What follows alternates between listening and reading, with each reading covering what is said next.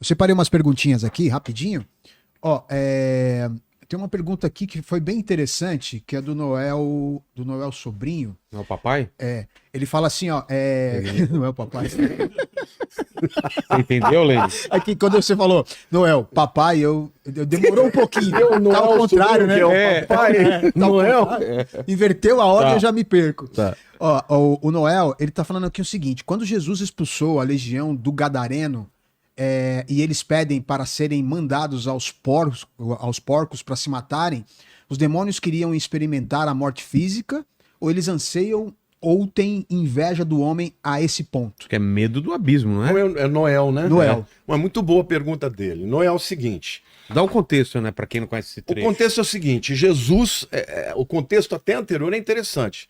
Jesus sai de Cafarnaum, que está no norte do Mar da Galileia, e vai para o sudeste do Mar da Galileia, onde está a cidade de Gadara. A cidade de Gadara não era uma cidade dentro do território de Israel, era uma cidade já, uma das Decápolis, das 10 cidades gregas que tinham naquela região.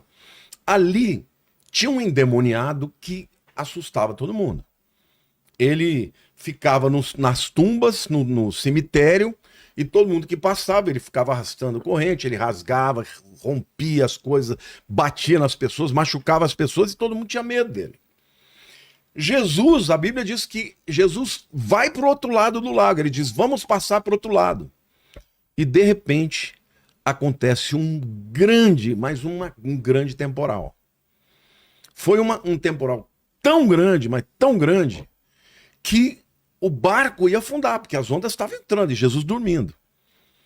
E aí os discípulos acordaram, Jesus falou, Senhor, não se importa que nós vamos morrer? E Jesus vem e repreende a tempestade. Aí eles, uau, quem é esse? Que até os ventos obedecem, até as ondas do mar obedecem. Só interrompendo um pouco, eu queria ser um observador dessas cenas. Imagina o impacto disso. Eu queria ser, Não é? Eu já falei muitas vezes, Senhor, Você tá vendo eu isso? queria ser uma mosquinha. É, só pra ver a presença desse ser do Jesus. Extraordinária, né? Devia ser ficar. Devia ser uma coisa de. Mas por que houve aquela tempestade? Aquela tempestade, a própria Bíblia diz que não foi uma coisa normal. Era Era- sobrenatural. Era demônios. Eles podem causar Porque uma o livro tempestade. de Hebreus diz aquele que faz dos seus anjos ventos e tempestade. Os anjos, eles são seres espirituais que atuam na natureza.